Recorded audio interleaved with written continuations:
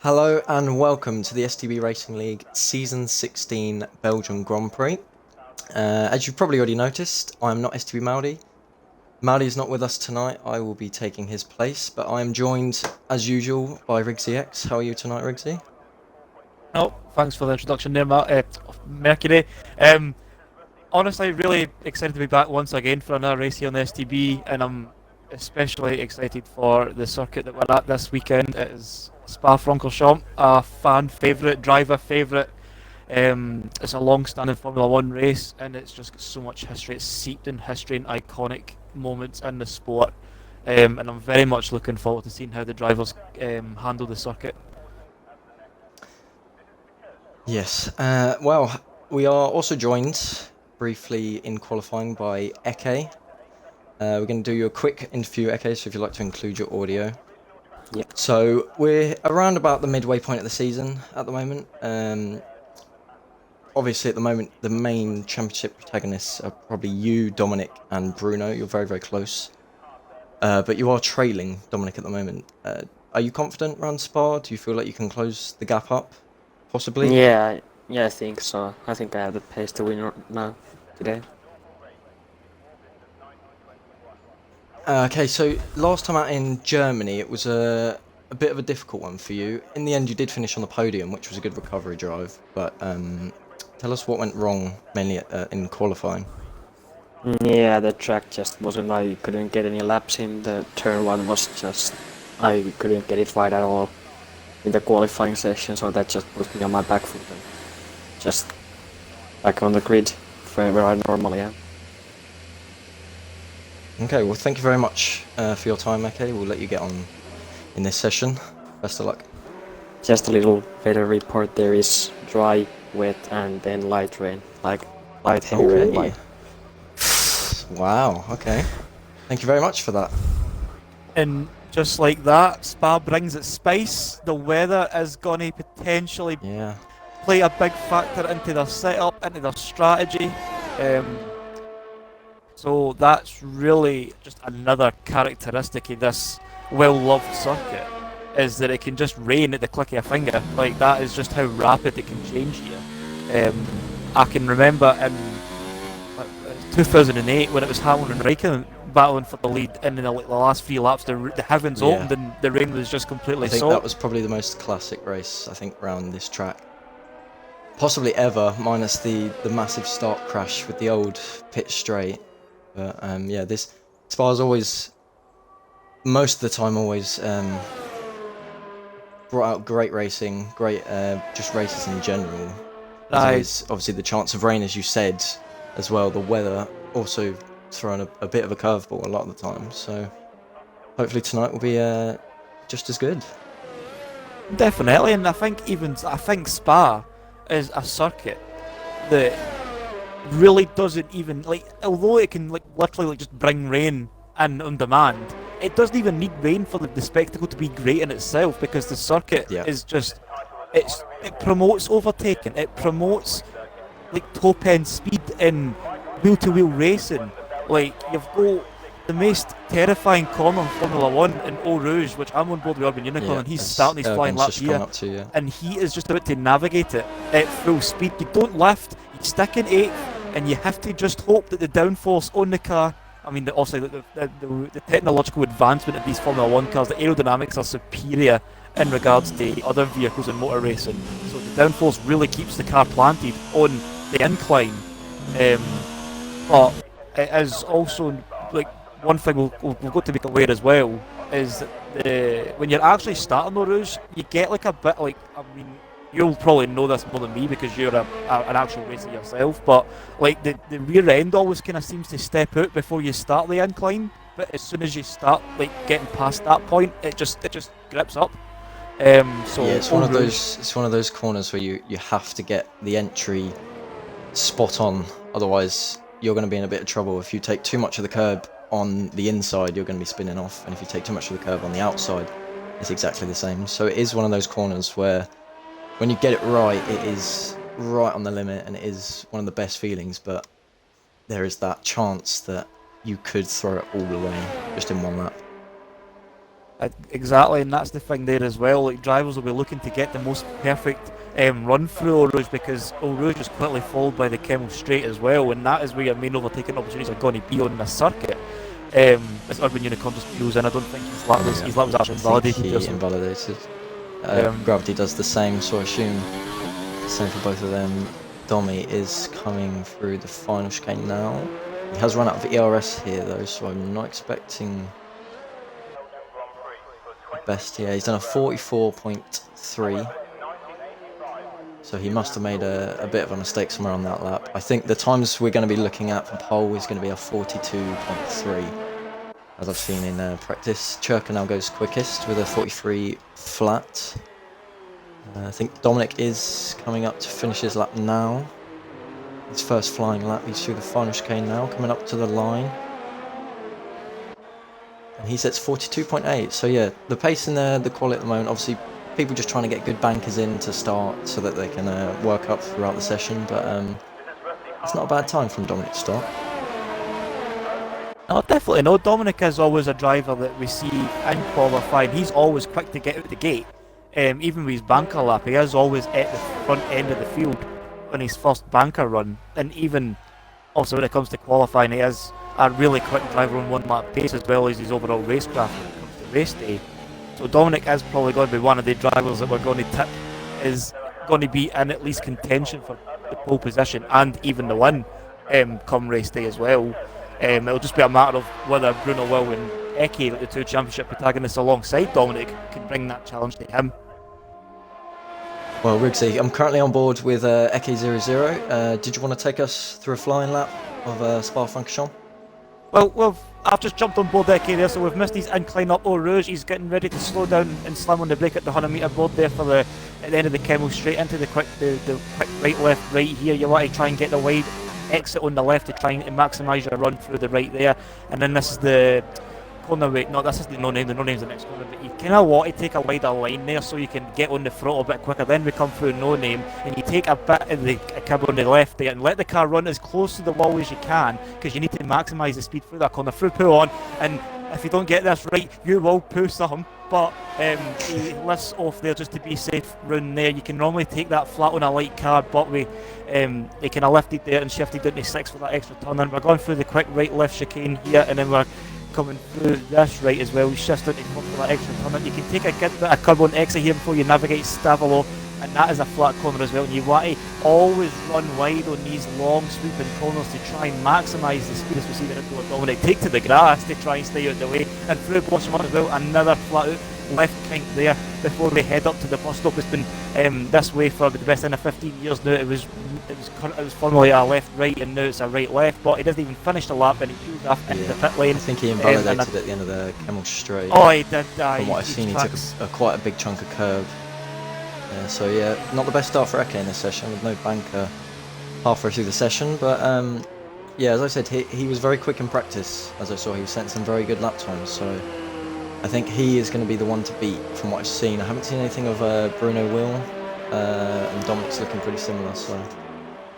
And we were just speaking to Eke there at the start of the session, and he was saying he was quite confident in his pace around this circuit and how the circuit really complements his driving style as well. So Eke probably would be, and obviously as a championship protagonist as well, in the runner-up from last season, he's going to definitely want to at least be at the very minimum in this fight for the pole position and in the lead for the battle for the win when it comes to race trim and race day. So we'll keep an eye on Eke. Currently 14th at the minute, and he's yet to put in a time. I'm on board with Bruno Will, who is on his lap. He sits 12th at the moment. He misses the apex, and it's compromised his run through that left. But he doesn't really seem to. He's lost a few tenths in that, but he does keep going with the lap, and he is still in hot lap as he comes through Stavolo up into 6. Kind of shift. He takes a tighter line there, and he wants to kind of tuck the car to the right hand side. I don't know what that's like in terms of actual time performance there, but we'll kind of see what his time is when he comes up to the bus stop and across the line. As he slows down, breaks the 100 metre board, he shifts into second. You don't want to take too much of these curves because they're very they're not like sausage curves exactly the same, but they do have a steep rise to them, so you don't want to light up the wheels on that. And he does just go just shy of a tenth slower than Dominic, so he has put himself in the front row at the minute. We've just got short of 8 minutes left in the session, and I still feel that it's very much all to play for. These positions aren't confirmed, and I feel like we could be expecting a big change come the final 2 minutes. Yeah. We will quickly talk about strategy for the race. I think it is quite a simple one stop. For most, we'll be starting on softs. Urban's just gone P5 with his lap. But if you do see, obviously, there's Mariz, BRL Marie in P6 on a set of mediums, and DXT Miles seems to be going for the mediums as well. So it will be interesting to see who goes for the alternate strategies and whether they can actually make it into the top 10 anyway. I feel like I feel like the soft, for me personally, and I don't know what your opinion is on the terms of strategy and how you would have negotiated this obstacle, but I would probably want to see myself in the soft tyre and try and be as far up the grid as I can. But at the same time, I'm sitting here thinking, well, it's Lasos's turn 1, and that's just a really tight hairpin. And you don't really want to be in the midfield for that either. So maybe starting on the mediums is your best bet, and maybe just hoping that you fall to the back of the grid if you know you're not going to challenge for pole. So I think drivers in the midfield are really going to have a bit of a dilemma in terms of strategy. But I'm looking at the boards just now, and most of them seem to be on softs, bar the exception of Marie Mari. has changed to softs now. He's just gone out on a set of softs. So I think he may have been testing the waters to see whereabouts he could have got with a set of mediums, but yeah, I think it's a very simple. As Mariz cuts completely the end of the beginning of the second sector. Sorry, stewards might have to have a look at that. But yeah, as I was saying, there are some tracks which it is very, very difficult to start on the softs and do a one stop. But this isn't one of them. This is one that is quite simple, softs to mediums. So for those that were thinking of starting mediums, I'm not really sure why. Maybe they just wanted to go for an alternate strategy and be quick at the end. But, I personally would have gone for a softs to mediums. I like to kind of pick up on what you were saying about. Oh, sorry. To kind of pick up on what you were saying there, Mercury, is in regards to the tyre selection, like the tyre strategy anyway. Like, I feel like you were absolutely right in saying it's a soft to medium, but that's mainly because the tyre degradation at Spa, despite having these sweeping left and rights here, like just all over the circuit, and corners that really do put pressure on the front tyres when you're taking them from one side of the chassis to the other, and putting all that pressure on the tyres, it doesn't do significant damage here, but it does other circuits, so you can get away with the softs to the medium strategy. And another thing in that as well is I don't really, I mean, I'm quite conflicted as to maybe why you would start in the mediums, but at the same time, I'm kind of thinking. Sorry, Riggsy, EKP1 with a 42.5. Oh. Good banker from him as well, just before his final run, so he's looking like the man to beat.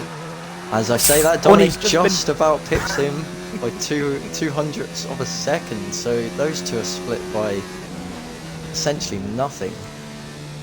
I wouldn't be too surprised if these two would have passed the baton in the final minutes in this session. I feel like it could be a shootout, 200ths of a second split the two. So I'm very much looking forward to these final runs when they come. But I think everybody's on softs now, so I feel like everybody is just going to commit to the same strategy. But like at the same time, we were kind of what I was going to say is I feel like Spa's a really long circuit, it's a really long lap as well. And if these tyres just drop off the cliff, then you can gain like 2 or 3 seconds on a lap if lap pace just disappears and the tyres fall off the cliff. So maybe that's probably why you like to be on the softs at the end as well, because you can be on fresher rubber on a lighter car and you can just zoom around the circuit. But at the same time, Eke was discussing in the interview that there's the prospect of rain that the drivers have got to kind of work their strategy around as well. So maybe they're thinking mediums to the rain. Well, I'm surprised maybe a few more didn't think about that possibly. I mean, he said obviously it would be mixable conditions, but surely a set of mediums or even a set of hards would go until the rain. So those that are starting outside the top 10 possibly have a slight advantage in terms of tyre choice, because they'll be able to see when the rain is actually coming as well. So One driver I'm really kind of wanting to call out, and that would be Libero. Libero won his first race in STB at Silverstone after a late safety car in the race. He got a podium at his home race in Hockenheim last time out, and he's sitting third here in the moment in Spa qualifying. He's really picked up his game, and I think that win might have been a serious boost of morale and his general confidence in the car, because he's definitely stepped up his game in these last few races. So I'm hoping he gets a good run in qualifying as well. Yeah, I think Libero's, from the start when he joined this league, has always had the pace, but he's never been able to really prove it to everybody and to show that actually he is one of the best drivers in this league and he can challenge.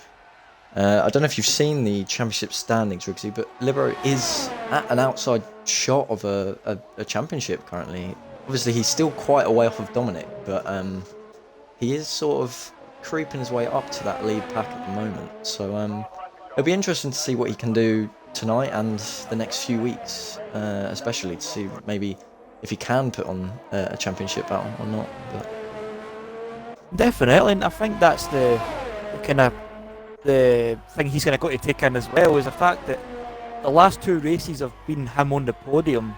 One was his race win, one was a third place. Definitely a third place. He was running in third for most of the race. No, he spun. That's what happened. He didn't get a podium. Yeah. He finished P8 in the end, I think. Yeah, he was up running there, third. he had the pace. So honestly, if he was running third. Goes P1. He missed that one. That's a 42.4. So that it's a good time, but I'm not sure if it's going to be good enough to get pole position from both Dominic and Eke. But Bruno Will is currently on his lap. He's heading into the bus stop chicane now.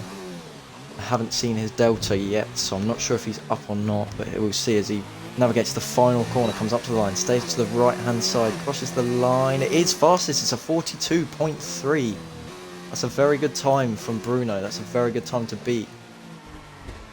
There's a wee bit in me saying here, and you're thinking, Merky, like the drivers are just in the second sector, and I doubt they actually might even get their final flying laps in here. We've got like the likes of Churka, Ham Jam, Eke's not even in the final sector yet.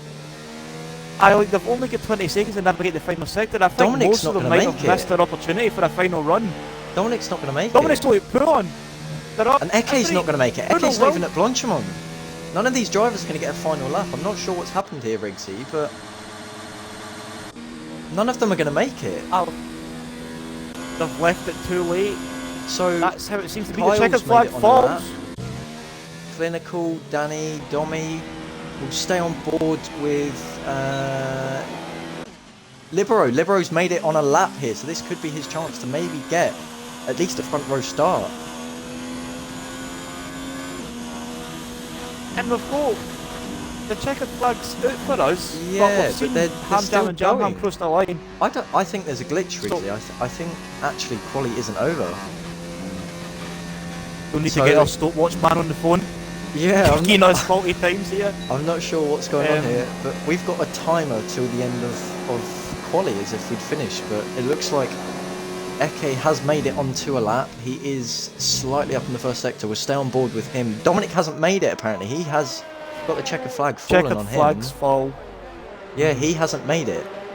But Eke has. So we'll stay on board with Eke. We can see what he can do in this final run to possibly mount a front row start or challenge at a front row start. As we see the yellow flags out, Pulliners are stricken Alpha on the He's touched the curb a bit there, nearly lost it, but oh, and that's Libero. That's Libero. So Libero's not got pole position. He's starting P5 at best, but Eke's still on board with Eke. We see his delta time as he comes through the sector 2 line. He's slightly down. He's going to have a very good final sector here if he's going to even beat Dominic. We head through flat out left to Blanchimont now. Can he pick up any time through the bus stop chicane? He's going to need to absolutely throw it as he picks out his braking point. What can he do now? It looks like he's going to be the final man to mount a challenge towards pole position, but it doesn't look like he's going to do it. What time can he set? He's down in his delta. He hasn't improved. Jam Ham improved to Jam 6th Ham to there in the late P6. minutes. Decent lap from him.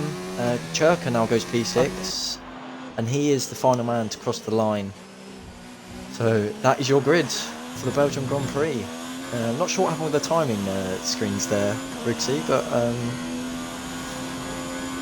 I think it is Bruno Will on pole. I think we were just dealt a bad hand in terms of the timing screen there. We were quite confident in the fact that a few of the drivers were going to miss out on the final run, but when I seen the information at the top right changing from out lap to a flying lap and getting timed, then I kind of came to a conclusion that there was some kind of glitch. Well, the thing is, Dominic Dominic didn't make it. I'm surprised. I'm not Dominic sure what's did leave his happened lane. because Dominic didn't Dominic make it to the checkered flag. See, that is a bad mistake to make, especially when you're leading the championship. You would have thought that maybe he'd at least try and get out a bit earlier and try and find some room on the track, but it's almost as if it's missing the cutoff for the final run. I don't know if I don't want to try and sound bad, but it's a very rookie mistake to be making. Yeah, like especially when you know you're the reigning champion of STB as well. I'm not sure what happened. He maybe have got caught up, blocked in the pit lane. We don't know, but that's he did have his teammate. a mistake from Red Bull for sure. Definitely. But yeah, we've got BRL Bruno Will. He will start on pole position. Alongside him is BRL Marie on the front row. BRG Dominic, not getting a final lap, will start 3rd position. So overall, he hasn't lost a massive amount of places, but I think he'll still be disappointed because he definitely had the pace to challenge for pole position. See, I'm sitting here thinking, as we see the clouds just looming over the circuit there. Overcast already. What I'm thinking is, I feel like Spa is very similar to a track like Sochi or a track like Mexico City. I don't think you kind of really want to be in pole position. I feel like Dominic, despite having the rookie era, he's kind of worked it in his own hand. He's kind of well, maybe that's what he's done. Maybe that's his tactic. We don't know, but I mean, we saw it in Belgium last year, the actual Grand Prix. You know, being on pole doesn't necessarily mean that you're going to be first going into the end of lap 1, especially with the massive Kemmel Straight. Slipstreaming is a lot, so I think realistically the best place to start is probably P3, which is where he is, funnily enough. So we'll see what happens on this first lap. But yeah, we're going into the formation lap now. So we'll run through the grid again because we didn't quite get the whole grid. So it is Bruno Will on pole with BRL Murray 2nd. Dominic starting P3 alongside his championship rival Eke in P4. Libero with a decent quali again in P5. Churka just behind in P6. Jamham again, good quali. He's in P7. Clinical follows just behind with F1 Gravity and Hamjam closing up the top 10. So those that are outside of the top 10 obviously get free choice of tyre. What are they on, Rigsy? Let's have a look. They've all opted for the soft tyres. They're all on soft, so I think the rain must be coming soon. It looks very dark. Definitely does look quite intimidating. Like, it looks really dark here, and when it looks dark in Spa, there is always that threat of rain. So I would strap yourself in, keep belts on, food and drink at the ready. I think we're in for 22 laps of pure excitement. I hope so, Riggsy. I hope it's going to be another good one. We've had quite a few good races recently in STB, so looking for another one tonight. I think it's going to be fascinating to see what the two BRL guys do as well. Are they going to maybe work together? I don't know, but we shall see. I think Dominic is, as I said, probably in prime position if he does get a good run out of La Source and up through Radion and Eau Rouge. Oh, and Bruno's away! Will is disconnected. He should still be on the grid, so he can rejoin. If you want to try and get him back in, Riggsy? He should be able to join, but send him an invite anyway. So drama before the not the checker flag, sorry, the lights have even gone out. I'm getting ahead of myself. Bruno Will has disconnected, but I think the most sensible option. I think drivers do have a bit of brain capacity. He is back. Driver mentality here, but I feel like I don't think we'll be anticipating too many moves into La Sauce. I think drivers will probably just want to play it safe because it's so easy to get it wrong. 2012 is a prime example of that. Yeah. As is 2018 as well. So there's two prime examples there off the cuff. How bad it can go at La Sauce. Well, Fusion just lining up on the final grid spot in P16. But here we go for the start of Grand Prix. It's 5 lights. Lights out and away we go. And Bruno Will's got a brilliant start. No one's moved off the grid, but here they go. The rest of the grid now moving away. Looks like a good start for Dominic. Dominic may be up the inside. He is. He's up the inside of Maurice. He's already alongside. He's not going to get the slipstream though. And there's a bit of contact behind as they all file through turn 1. No contact so far. It looks all right. As now they head up to Eau Rouge. It looks like Dominic's going to get massive slipstream from Maurice here. He's tucked into the slipstream. He is. He's going alongside down the Kemmel Straight, Riggsy. And they're going to go side by side. Red Bull on the outside. Ferrari's covering the inside line, making him go the long way round it. It's a match. It's a battle of the break. He's round the outside. That's a brilliant move from Dominic. He's made the stick that Barry's going to have it, and Eke's trying to get his cell in there as well. Dominic and Mari having a battle there. Eke's lost a place out to Liberal there as well. He's picked up the inside at turn 5. And I feel Bruno Will is actually back in his car. But he's got a 3.5 second advantage, so I maybe expect him to be left off. Advantage. He's back in his car already, so I'm not sure. I think he's lost 1.8 seconds there on that sector alone, so I think he's probably just backing his cell up to get him possibly a bit of sportsmanship. That would be the good thing to do, but obviously we're not sure what he is going to do. But we have missed. Livero has got ahead of Eke and all of that. So Libero up to P4. Looks like Clinical and Gravity having a battle back here. Clinical's off the track. Clinical chucks up the inside there. The Williams loses 8th place to the Renault, and he's already under pressure behind Jam in the Mercedes as he's going to stuck into the slipstream and plan to go on the inside that launch him on. That's a brave move on the first lap on a fuel tank of fuel as Gravity runs wide. Yeah, Gravity's going to try and look to make a move around the outside of the bus stop. Clinical outbreaks him, roughs him up a little bit. Hamjam trying to go to the side of Gravity. Side by side of Gravity. He's backed out of that one though. As we look back towards the front, Bruno Will still with a 1.5 second gap there. So if he's got the pace, he can pull away from these guys because DRS and slipstream is massive. I feel like I really don't know how I'm going to go about when I say this. Here comes Maurice, sorry. Here comes Daryl Maurice. He's to the outside of Dominic back here. On the outside. Backs out of that Trying one. to repeat the move that Dominic made on him on the first lap. Couldn't make it stick this time, but I feel like Bruno Will should give up a bit more time than he did because he did gain like 4 seconds off that start. So I feel like, I don't know how stewards will rule that, but if he doesn't really back himself a bit further, he might be in a bit of hot water there. But no really many big changes off that start. It's either gained a place or lost a place. There's nobody really gained a mass amount. But there is a few battles up and down the field. I'm watching Domi try and have a look up the inside of Danny into Puon, which would have been brave as well. And that's the thing about Spa's character as well. Like all these corners, you need bravery, you need just a mind of steel just to even think about making these moves. I'm just going to butt in quickly. The gap to Bruno Will is now to 6/10, so I assume he has lifted off to allow Dominic to catch back up, which is good if he has on his behalf.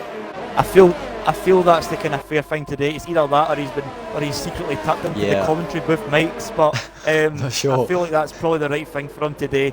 There because I feel like that was, his disconnection was unfortunate of course, but I think getting a 4 second advantage off the start would have been a bit unfair to the rest of the field, so I feel like he's done the right thing there if he has just been lifting off. I don't say lift off in the straight and lose all the time, but like, if he's doing it smartly in the early stages, then at least it's done.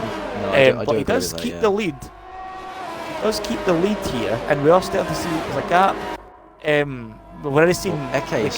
Oh, there's a massive crash. Oh, there's Barry! The top of Radion is out. I didn't quite catch that in there. It looked like he may have made a bit of contact with Eke. But Maurice, is now plumb last. I'm not sure. It looks like front wing damage as well. No, it might be intact actually. So Marie's with a massive spin at the top of Radion there. It may have been to do with Libero and Eke backing each other up massively. Eke was right on the diffuser of Libero, but that is a shame again for Biro Marie. He had an incident with in Germany as well, so he's quite unfortunate. As Eke runs a bit worse through Poulon. I must have just got a bit too close to the car around about him. And Urban, sorry, up the inside of Poulon. It's starting to rain, really brave. The rain has started to fall already. So here we go then.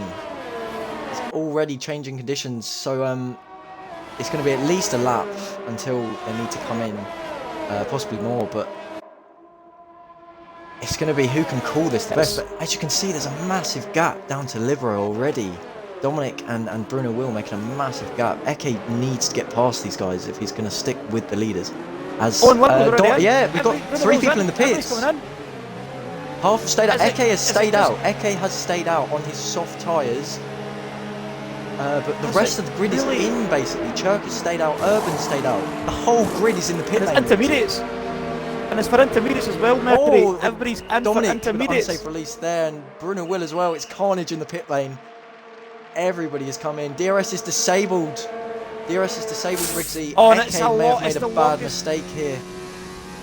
It's the longest lap in Formula 1 as well. We've got so much of the circuit left to navigate. He's only at turn 4. They've already gained huge. Eke's off. He's struggling. Eke's off. This is massive. Police on Urban Unicorn does the same. They're not slowing down for turn 4. They can't drive. Urban's off. He's got a penalty. Churka is doing some rallycross driving by the looks of it. Urban now on the back of Churka, but look at the gap. It's already 11 seconds, and Urban just can't turn. He can't turn. There's no grip in the car. See, it is the wonders of Spa-Francorchamps here on the Ardennes Forest. It literally just changes like that. It's an ice rink, Riggsy. It's actually amazing how quick it can change here at Spa. That is honestly incredible. That took what, 10 seconds? 10 seconds, and already the track is wet and the dry line, and the temperature's just going to plummet for here. The tyres aren't going to work. They're just going to skate off it. Every opportunity, every turn is just going to be a massive challenge, and each one after that will just be as worse as the one that they just navigated their way through. And that's if the rain's falling this quickly. Also, if the rain is falling this quickly, how long is it going to take until it's full wet? As you can see, Bruno Will already within a second. It might be this lap. They might have called it. It wouldn't surprise me if it was as quick as the next few laps, if we have to see more rain. And Bruno Will's just going to slide up Renault's side, which is a bit brave considering they're on dry tyres. Chuck has nobody to slow the car. There's contact. Touch. And he's collected. What is it? Urban's been collected also. Dominic's avoided that incident. Anything else? It looks like we've got another spinner as well. Domi is off and looks to be out of it as well. But yeah, Jamham as well. Jamham with a massive advantage. He's up to P4 on the back of Libero.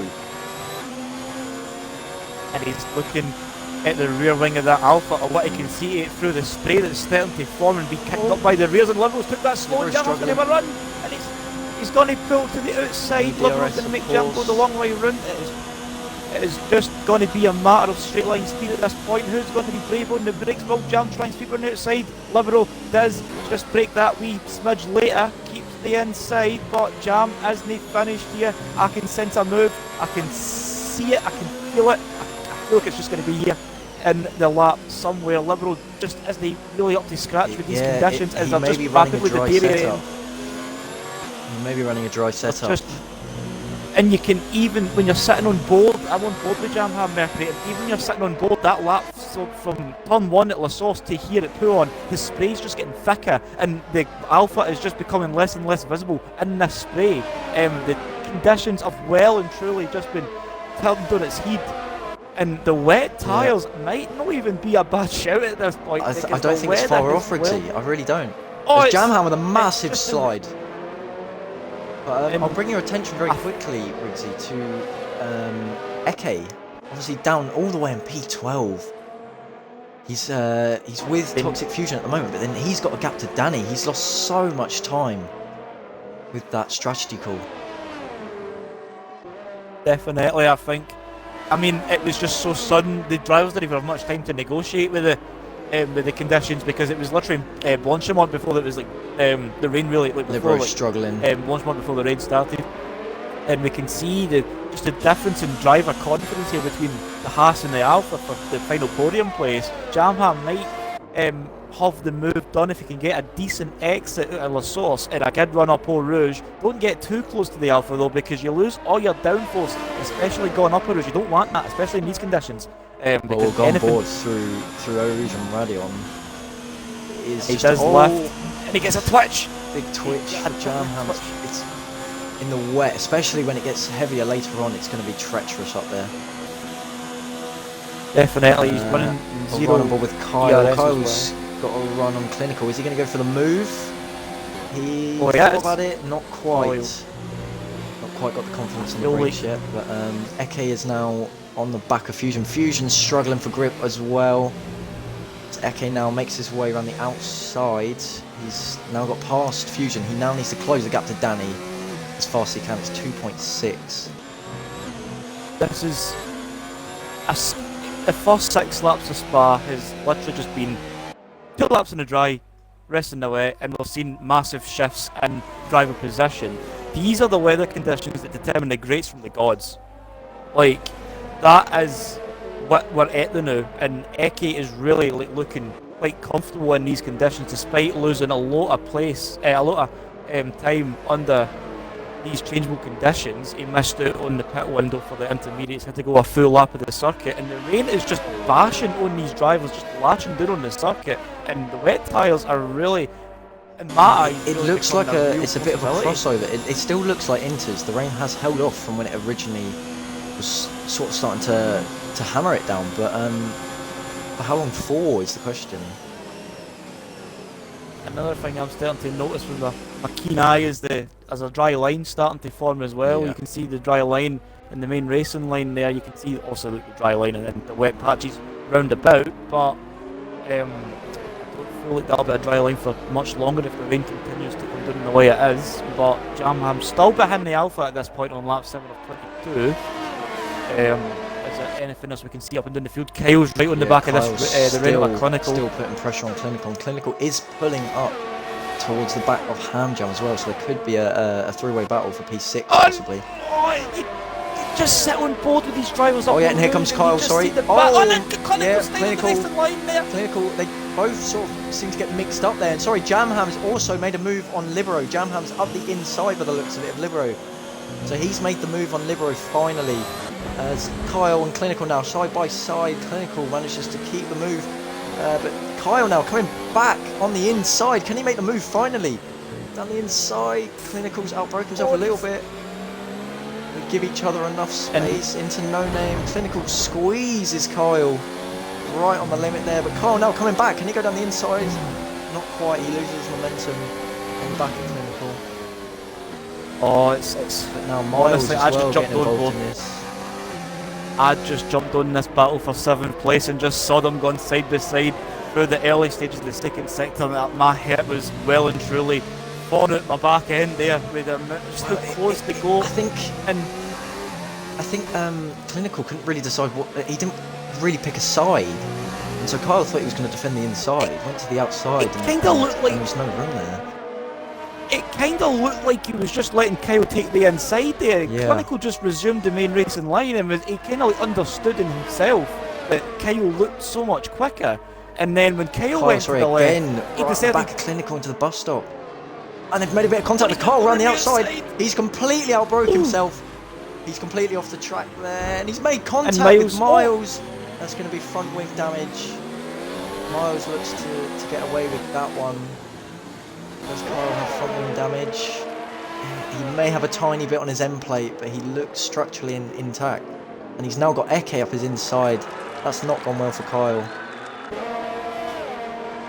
I think Eke might need a safety car in this situation. I mean, he is right in the mix with Danny here for 9th, yeah, but it it's depends another though. gap for If there's more rain to come, you really just don't know what is going to happen in this race. Exactly, like we were we were told in qualifying it was some rain on the way. We didn't expect to be sitting top of rain on lap 3 when the race was blown dry, but here we are on to intermediate since lap 4, and Eke's already got himself back into the points paying positions, which I thought, I'm quite surprised about actually, because I would have thought he would have been running about where maybe Murray was or Chuka. I think he would have lost a lot more time in that. Yeah. But he is already up in the points, and that's maybe just due to the fact that he is really excelling in these conditions. Yeah, I think you might be right. I think he had a bit of a gap to Churka before they came in on that lap. Sorry, as Eke now ran the outside of Danny. Danny doesn't fight that one. So Eke is making up places now. He is past Danny finally. He's 2.2 behind Miles. We'll see if he can close that gap in the next few laps. But they are battling. There is a train of 3 cars of Hamjam, Clinical and Miles. So he may be able to close up to these guys and possibly mount a challenge for the podium still. Oh, and speaking of challenges, DXT Miles is looking at the back of Clinical there. Yeah, Clinical goes wide. Clinical goes wide. And has he got to try and make a move into the bus stop? He thinks against it and just stays behind here for now. Maybe he's planning a move up along the Kemmel Straight. But we're not really seeing too much going on at the front. That's why our focus has been in the midfield so far. Bruno Will and Dominic share a 1.1 Miles gap. looking up all 4s into the source. He hasn't got a good exit No there. way. He's very, very squirrely on the exit there, but yeah, it doesn't look like he's got a good enough run on Clinical. And Miles. Oh, maybe not. He has his had a teammate. massive run through Redion. And now they're side by side. Clinical. And they're going to be He side by has side. got ahead. Is he going to cut in front of him? He is. That's a good move from Miles. Up into P7 now. The bravest of the brave there. You keep confident through Eau Rouge, especially in these conditions. It's a madman getting that, but he decided to keep the foot down and try and get as much momentum up that hill. Clinical did look a bit slow up Eau Rouge, which gave Miles the chance, and Miles was like, if you're going to give it to me, son, I will take it. Got a yellow flag, Up to sorry. P7. That is And that's Domi. Domi. Domi at Radion has gone off again, and it is a virtual safety car. He has retired from the Grand Prix, that virtual safety car. Eke will probably be cursing currently, as he wanted a full safety car, of course, but yeah, it's been a treacherous race for Domi. He was caught up at the start and never really recovered, so it's unfortunate It's for him. definitely. He's the first retiree It's- of the Belgian Grand Prix. It's definitely not been one for Domi to be shouting about, but an accident, a mistake up Eau Rouge has seen his retirement, and the virtual safety car is out at the moment. So Echo, also because of the fact that not only it's not a full safety car, it's the fact that it also kind of cuts down the time as we actually do go back to this Yes, position. green flag. As I say that, but Eke lost time there. Oh, sorry, Rigsy. Dominic has gained masses of time in that virtual safety car. He's now, 6 tenths behind going into the source. He was 3 tenths going into the bus stop briefly, but we'll keep an eye on that. Timed See that if he can really keep well. with him. Either timed that really well, or Bruno was caught napping on the restart there, but Dominic will be right behind the Renault. We could see a potential battle for the lead once again, as they both go up Eau Rouge. Jamham remains third at the moment. Liberal will have Gravity for company up Eau Rouge, and Hamjam's got DXT, Miles, Clinical, and soon to be Eke on big this train for train. P6. As Hamjam gets a swiggle Oh, on! Hamjam with a massive moment. DXT Miles has taken a run the I didn't outside. quite catch that and on my end, but I just saw him going very, very slowly at the top of Radion. Did he have a big moment on the curve? Honestly, it was just getting up Eau Rouge, and I just caught the broadcast camera like when it was looking over the top of Eau Rouge, and you just seen the Mercedes. It was like literally like half into a good squiggle there. He had to just slam the steering wheel left and right, straighten up the car. But honestly, he got that wrong. He was in the wall. That's how brutal it was, and it is exceptional driving there for the Mercedes. Yeah. It was so close to an accident. It was very similar to Kevin Magnussen in 2016 when he drove for Renault, when he went up there on the dry. It was just like that big squiggle. Yeah. That's exactly what it was. Like, or Checo Perez when it started raining in 2018. That was a great catch. That what I say. That was impressive. That was is qualifying the 2018, level. I believe. That is the level. That is the driver skill And that is the level that I'm putting that safety ham jam in. That was an exceptional save there for the Mercedes. Well, we're now Honestly, almost halfway through this race already, Rigsy. Lap 10 out of 22. An interesting one. Despite the fact that the rain also makes lap time slower, makes the race actually slower, it feels quite quick. Yeah, it has. Like It's it feels flown like it's by been a so quick far. race. But we can only we'll just continue to see Bruno Will and Dominic just extend the gap. Fusion's Jam made a move Habits, on Danny 6. into the bus stop. Sorry. Looks like a And move from Fusion. Fusion and Danny there fighting over the boatmen of the points there. Kyle is in close proximity there as well, and then you get the 2 Ferraris and Urban Unicorn. Mari got caught up in a spin up Eau Rouge, and Chuck and Urban Unicorn said Zeki just seemed to mistime the. Sorry, Rigsy. Dominic very switch close to over Bruno. He's not quite going to make a move, but he is closing in. He seems to have picked up the pace in the last few laps. So try and keep an eye on that delta. Eke maybe going for a move on Clinical. He is up the inside. Side by side, they're very close. Clinical leaves room. Eke's going to hold it all the way around the outside. They're going to go side by side again. And they're still side by side. Eke gets a good run over the inside to the downhill right-hander. Oh, they've made contact! They've made contact! On his spun, Clinical's away. Clinical is out. Eke looks to have gotten away with that one. He looks alright. He doesn't look like he's got damage. Clinical's left the session. It looked as if Clinical just didn't leave enough room there. It possibly just turned into Eke. I don't know. Like, I saw a bit of it, and it was Clinical was really wanting to say to Eke, right here, and I went side by side for the last few turns, I'm not letting you do it this time. He did give Eke a bit of a squeeze, but with the actual nature of that circuit, that turn, it is a downhill right, so when Eke's probably braking, the car's probably sliding forward, still at the same momentum before the braking, and I think it's just a simple understeering or sliding into the Renault, and that's just resulted in a Renault spin. It's unfortunate, but I feel like it might maybe just go under as a racing incident. I feel like we both would have tried to avoid that, but at the same time, very tight. It would be a very difficult one to call, I think. They're both sort of like that corner's very hard to go side by side. And it tightens up on as you hit the apex and then go towards no name. It's the fact that it tightens up.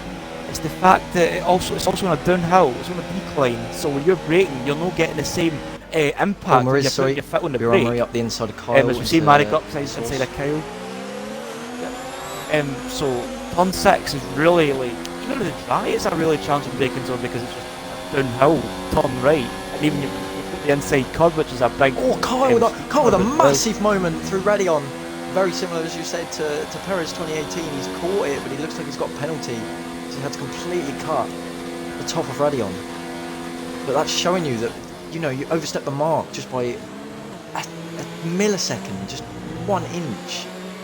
It could end in disaster.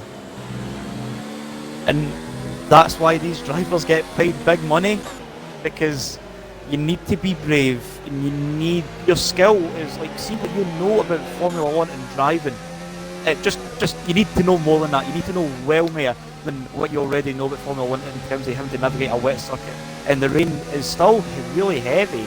I don't see any switch to wet tyres either, so I think Eke did suggest that there would be a stint of full wets. So either we got a sector 2 yellow flag. And there's a spinner. Is that Churka? Oh, it was a spinner. It was for Kyle. It was Kyle. Kyle's lost off to Mari, I think, because he was right on the back of the Ferrari. He's in no man's land. Probably touched the inside curb at some point. Dominic's still right on the back of Bruno Will as well. The Red Bull just looks to be pushing this Renault along. He's not really looking at a move at this moment in time. Bruno Will, and surprisingly, Bruno Will's got double the ERS of what Dominic's got. You would have thought Dominic would have more, purely because he's able to sit in the slipstream and just save. Well, maybe he is just pushing that extra bit more to have to stay with Bruno. We don't know their pace, obviously, race pace. And you see through the top of Radion, both of them are just sliding. It's like a controlled drift as Kyle comes into the pits. And he must have had wing damage from that incident. Dominic thinking of a Oh, and move, possibly. It's very close, but not quite. one, he's retired. He's retired, He's yeah. So that's retired Kyle out of the McCartney. race. That's unfortunate for him. He was looking to maybe get a couple of points in this race at least. He was obviously having that battle with sort of bottom end of the top 10, but end out that way. As sorry, just to mention, I think Eke's had a bit of a moment at Radion because he's lost a lot of time to Ham Jam. He's now 1.3 behind. So Eke He was may be definitely struggling catching at this point in the train, race. and that's the kind of thing as well. Like, one thing we're going to go to factor in here as well, Mercury, is the fact that if they don't change to wets, then they come in for fresh inters, because they've been on these inters for 9 laps and the inters just kind of fade away. Like, of course there's more rubber on it to kind of deal with the wet circuit, but these tyres also feel degradation, and these tyres really feel terrible when you're driving on warm rubber, especially in these conditions. So drivers will have an extra challenge on top of that.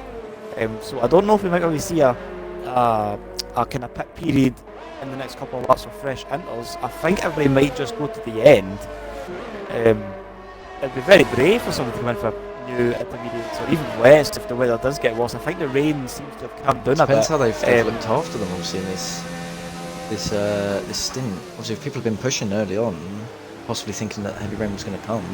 Oh, as we do see Jamham into bits, and there's a bit of contact as well with Miles there, Miles and Gravity. But yeah, Jamham and Ham Jam, both the Ham brothers into the pits.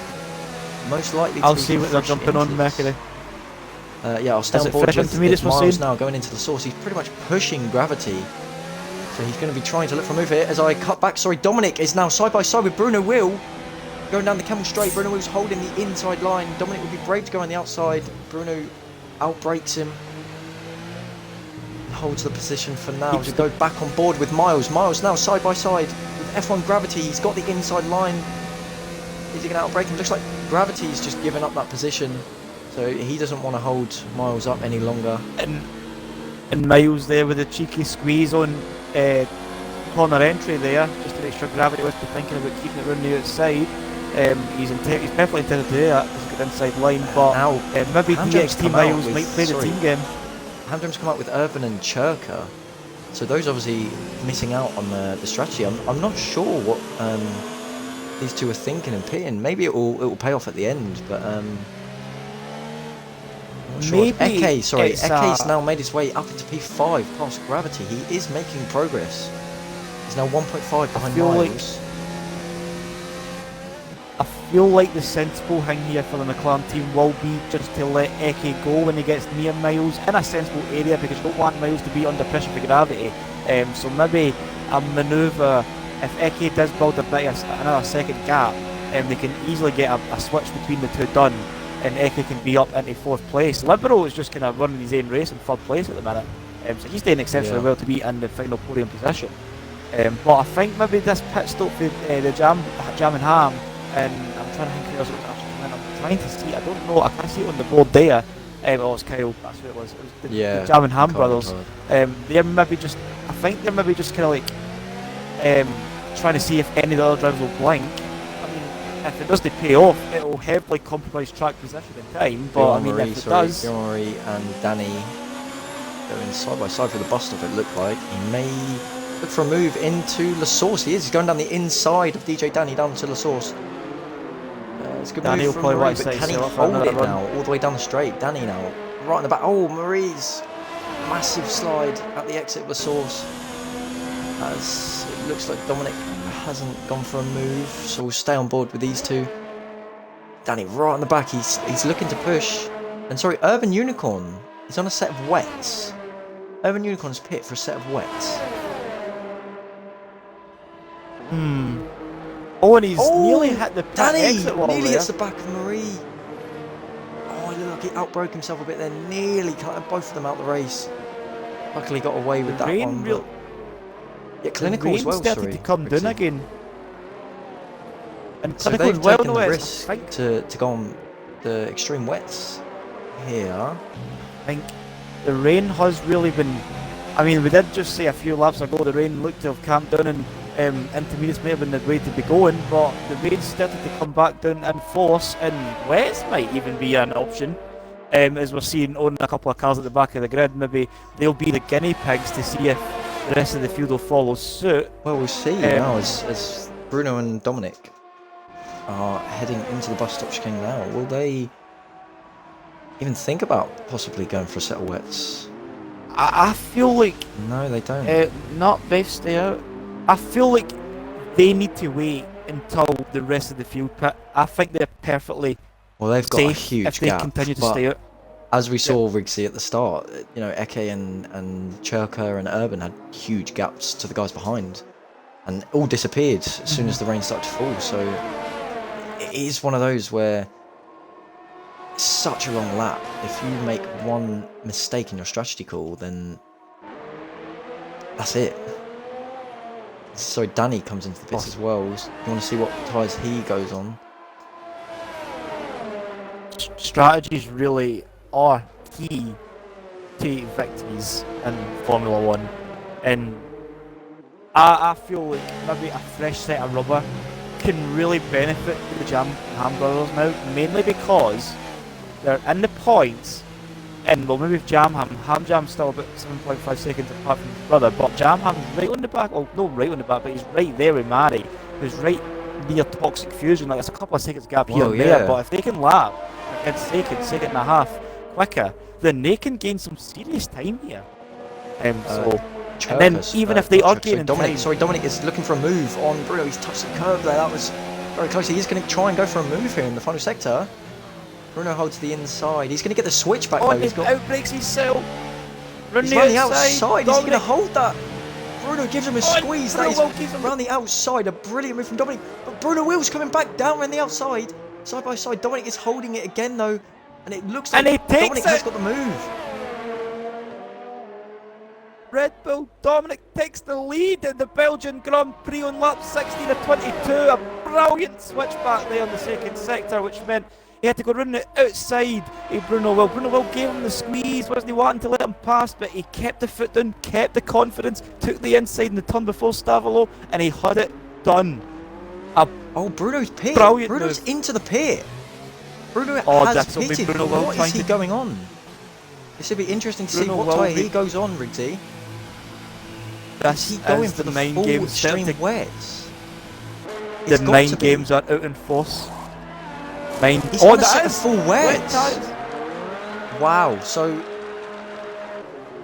I don't know what to make of that. So it really does look bad. Dominic just what will Dominic do from here? I think Dominic's best response is to pit. You don't want to stay out because their tyres are done. Eke's got no grip. I think possibly it is full wets. Well, let's ride on. Bruno, sorry, has gone completely wide at Radion. Maybe it isn't. I don't know. It looks like a crossover point. So I think it's the Renault strategy, mainly, in my opinion, is to bait the Red Bull driver to pit. I think this is just purely just a set of 9 games. But if the wet tyres really start paying off, then Dominic's going to lose out. Bruno's lost. That's the gamble he's going to take.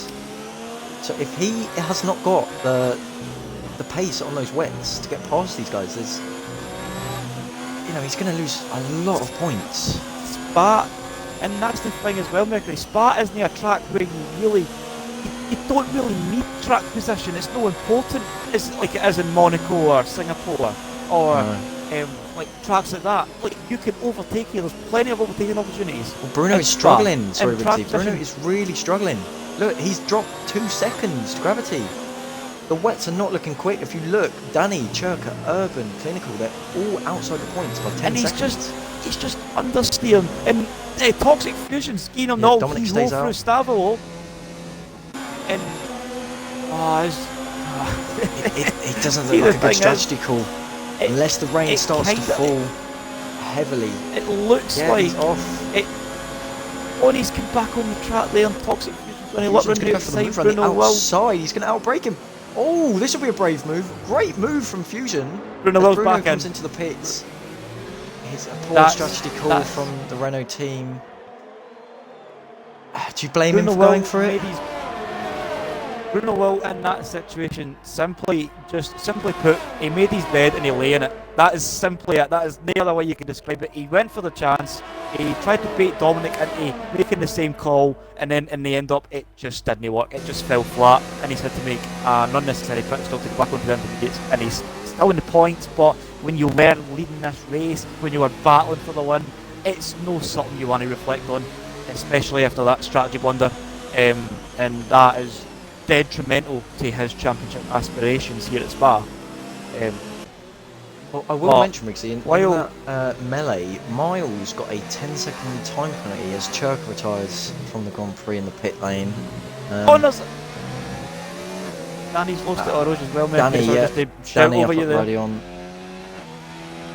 But yeah, Miles got a 10-second time penalty for getting the final chicane, I believe, so I'm not sure if that was legit. He has a massive moment on the curb there.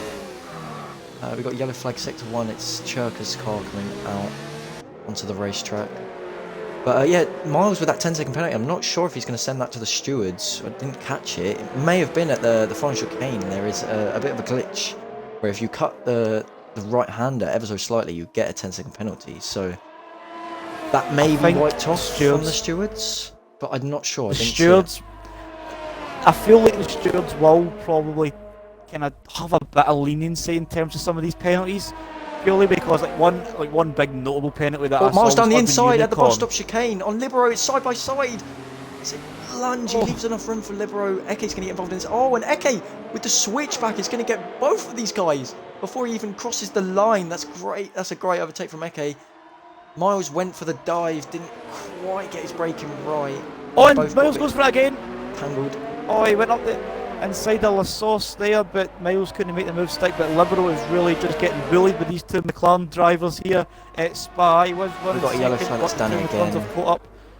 Yellow flags are for Danny on the exit. Stavolo on the run up to Blanchard. What as we see Miles shooting off the track at Eau Rouge.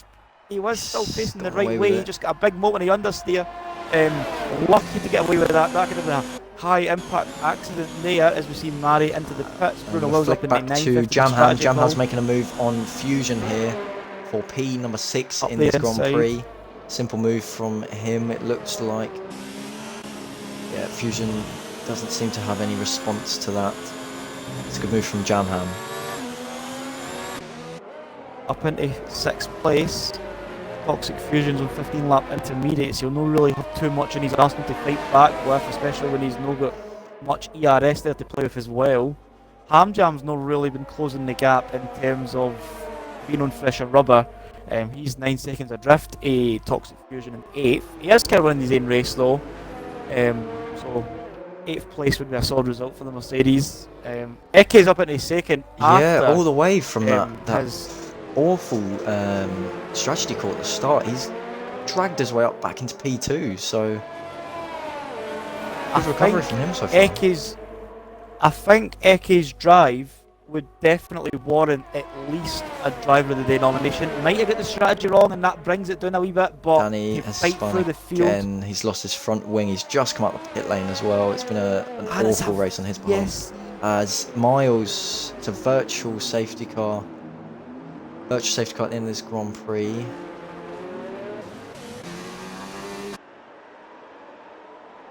So that will be for the debris up at turn 3. And there will be debris up a Rouge. Danny did lose it up there. They'll be clearing that up. Dominic just drives over Radion as we speak. But Eke, I think his drive at least warrants a driver of the day nomination at the very least, despite the strategy call at the start being he's on the wrong strategy, but at the same time the rain just keeps going fast, honestly. That's right, so we got a green flag here and Miles right at the back of Libero. He's going to be looking to make a move. He's not quite got the straight line speed. He's going to have to try and outbrake Libero at the top of the hill, not quite got it. Libero goes a bit deep though, can he get the switch back? No, defended well. That explains the grip levels between the two McLarens. I've seen Eke being able to excel down the straights because he's got less front wing on and less rear wing as well, so he's not got as much downforce as Miles. Miles obviously anticipated the rain and has just decided to put a grip on his front and rear tyres and go for higher wings, whereas Ike's opted to keep the straight line speed that you would need in the dry conditions. Maybe he tweaked it here or there, but I think DXT Miles has kind of completely went for extra downforce and then some, because he does look really good in terms of being behind Libero in dirty air, and he does have the grip, but he is really sacrificing overtaking opportunities with a straight line speed deficit. I will throw. Danny is retired from Grand Prix. Sorry, he has binned it by the looks of it at the chicane. We'll go on board with Dominic, see if we can see it.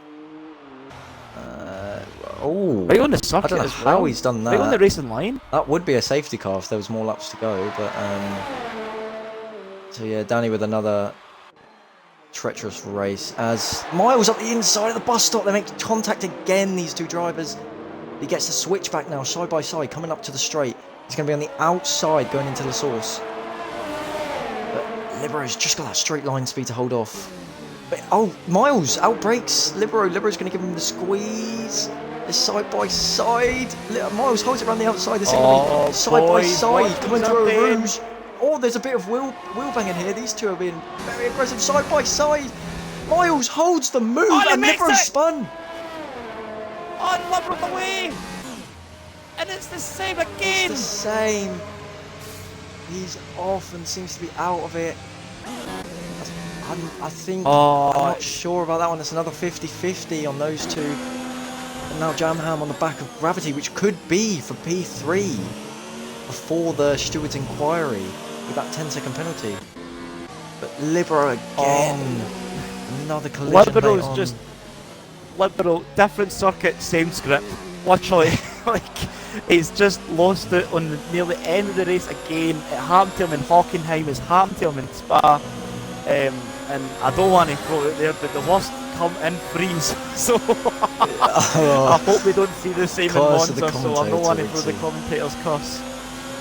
But honestly, DXT Miles, you're hit out. Jamham's going to make a move on Gravity here for P4, and it's going to be right around the outside. He's held it. He's outbroke Gravity. What a move around the outside. He was much brave on the brakes. That is a brilliant move. That could be for the podium position, Briggsy. As we head towards the penultimate lap. That could be a move. Dominic that just could be a move now. A move there for Jamham. Worthy of champagne there as he goes round the outside of Gravity. You see a yellow flag in the second sector for Libero. He's still going to pick up a point for the looks of it. Anyway, Briggsy, what I was going to say is, you were saying about Eke for driver of the day, but Miles has, I think, gone from, let's have a look. 15th. Yeah, he's gone from 15th to 3rd, and possibly, you know, his first STB podium after the steward's inquiry. I'm not sure, but you know, he's keeping up with Eke in this final stint, which is just to show that actually he has had really good pace.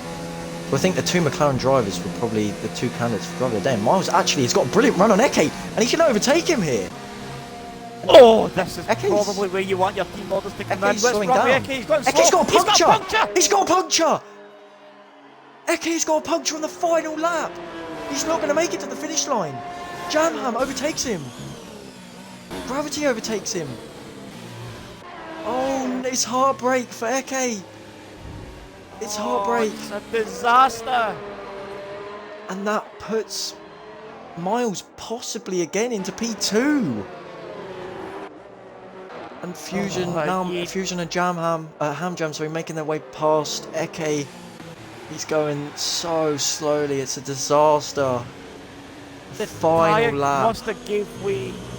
The tyre gave way up Eau Rouge, and that is scary to even think about that happening. Like, that is just terrifying. I wouldn't, honestly, I would just be frozen in position with the absolute fear if I knew my tyre was gone in these conditions. And arguably one of Formula 1's most intimidating turns.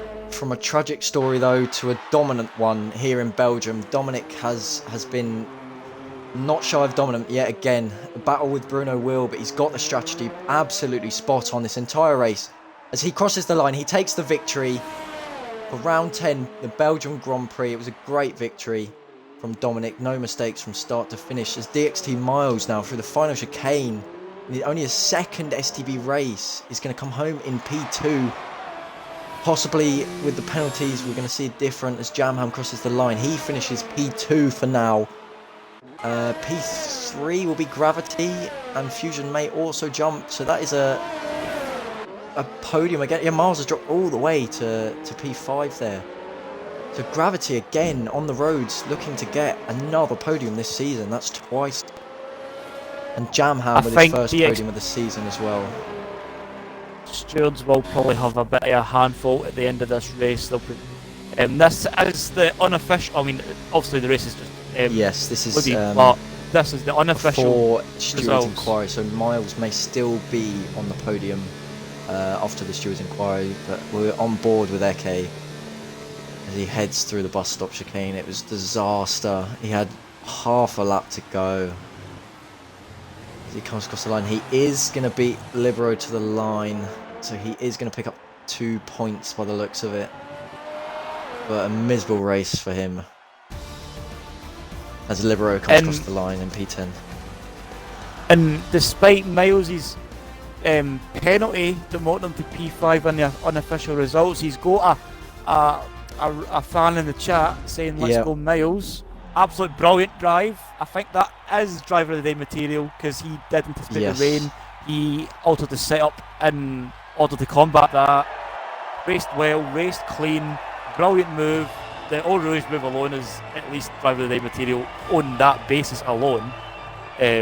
But you know, that's in his second STB race as well. So congratulations to him. Great result on his behalf. Penalty sticking or not, I think even he can be proud of that race. But it was Dominic in the end who takes victory here in Spa. As I said, a great drive from him and one that's going to propel him furthermore towards the title this season. But yes, it is Dominic in P1, Jamham P2, Gravity picking up for now what is another podium this season. Fusion, despite being on his new wheel, is P4, so good result for him. Miles P5, driver of the day, voted by me and Riggsy, so good drive from him. Hamjam in P6, had a bit of a quiet one, but not bad from him. Birol Marie recovering to P7, Bruno Will as well in P8. Eke with that puncture on the final lap, P9, and Libero again getting caught up in an incident late on, takes the final position on the points. Oh, I think that's time for a lie down. Feels a bit that way, doesn't it, Riggsy? Definitely. Let's get the drivers in here. We'll get Miles in here if we can. Aye, we'll talk to Miles. And we'll get Eke in as well, and Gravity and Jamham as well.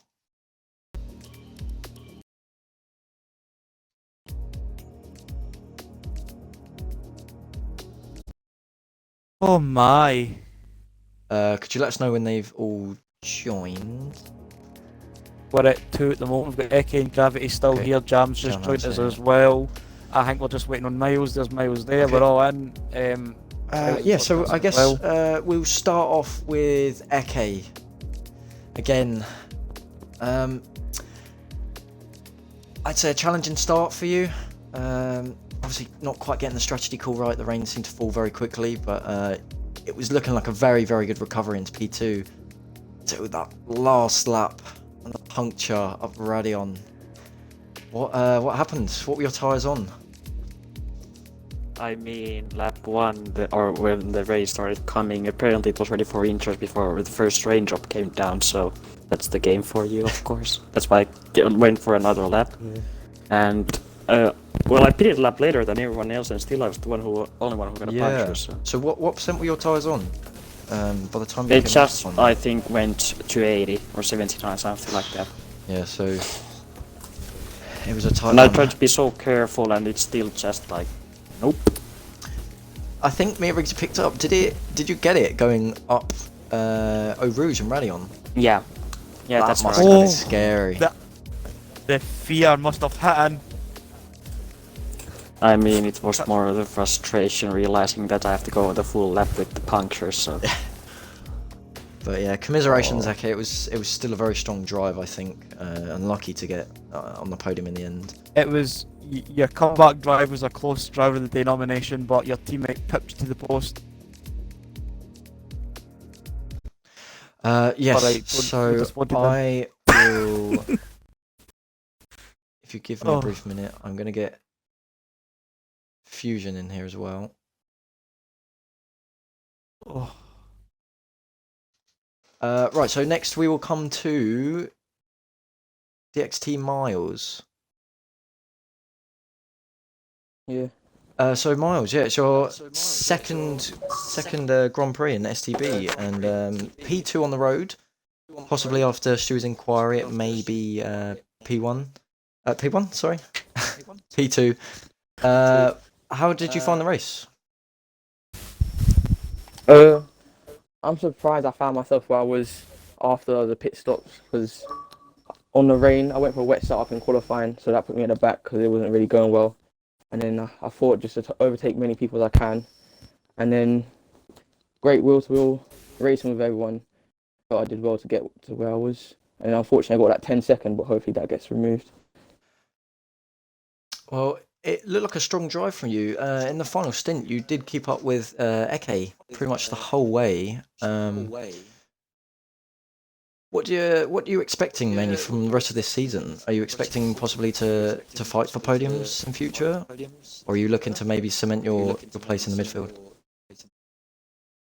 I'll probably say cement my place in the midfield, because although I came second there, I was quite off the pace in the dry weather. So we'll have to see what the next track brings, and I'll see where I am after that. But probably just a midfield battle for now. Well, either way, congratulations on a very good drive in Belgium. Fusion, we'll come to you very, very quickly. I think it wouldn't be harsh to say that you weren't expecting a lot coming into this race. Obviously, second race with your new wheel, wet weather conditions the whole way, and not a huge amount of practice. How are you feeling after that result? Oh, I'm so happy.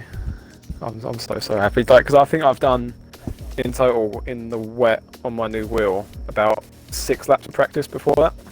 Yeah. So I just wasn't expecting anything like that at all. But I'm so happy. So happy. You sort of had a bit of a race on your own for most of the race. I think picking your battles when you needed to. In terms of your pace in the race, how did you actually feel? Did you feel as if you were quick enough to possibly challenge for the podium in the end?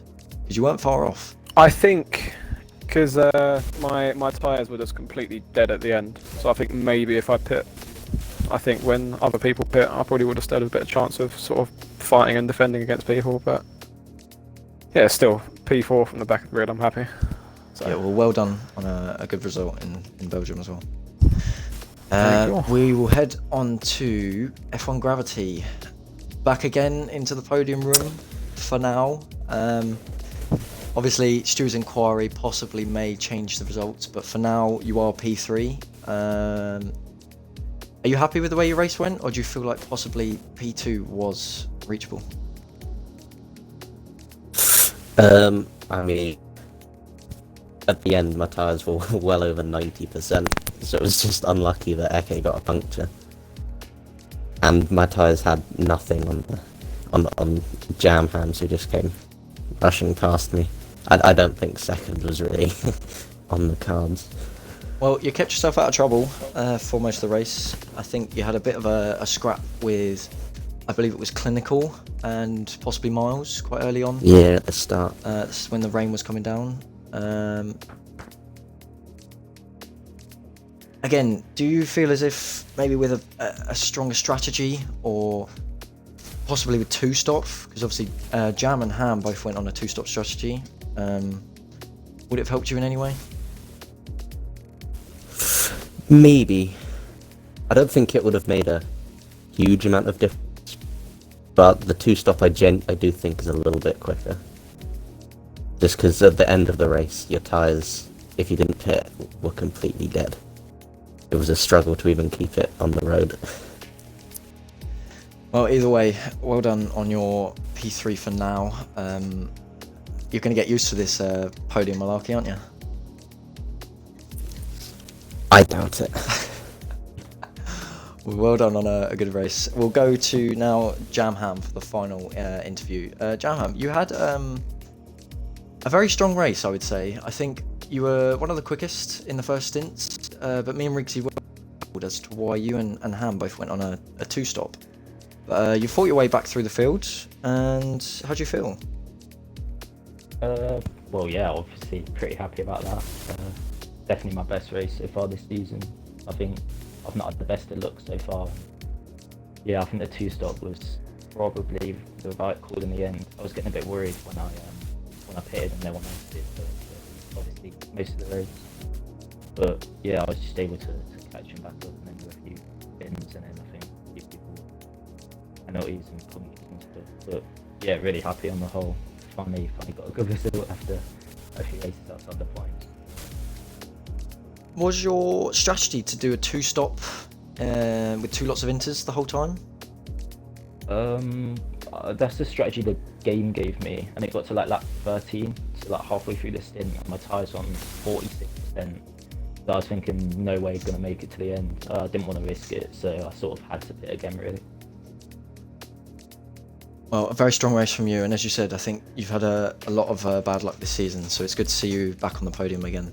So congratulations on that one. Cheers, man. Well, that rounds up tonight then, Riggsy. A very entertaining Grand Prix, full of drama from start to finish. Anything else to round up, Riggsy? No, I think you've pretty much covered it. Just want to also extend our congratulations to Dominic, who won the race, to the boys here on the podium room and the interview room with us. Absolutely thrilling race, enjoyed it start to finish. The rain just appeared out of nowhere, completely turned the race on its head. The two-stop strategy on the intermediate was a brave call at first, but it paid off, so I can stand corrected for that. I wasn't too sure about it at the start, but I mean, I'm quite happy to have been proven wrong in that one. But I just say a well done to the strategy call there and also to the result. Just to be sure that just be sure to tune in next week when we're tackling the Temple of Speed. We'd very much love to have you along with us as we go to Monza. And then the 18th is next week, isn't it? It is the 18th of May. yes. 18th So, of May, 7 PM. Thank you for everybody that's tuned into the stream. Thank you to everybody who's watching on the YouTube after the race. And thank you to Riggsy again for joining me in the comm box. Congratulations to the podium sitters. Congratulations to all of the finishers tonight in the Belgian Grand Prix. And yeah, it'd be great to see you next week, 18th of May, at the Temple of Speed for Monza. We'll see you then. Oh, yeah.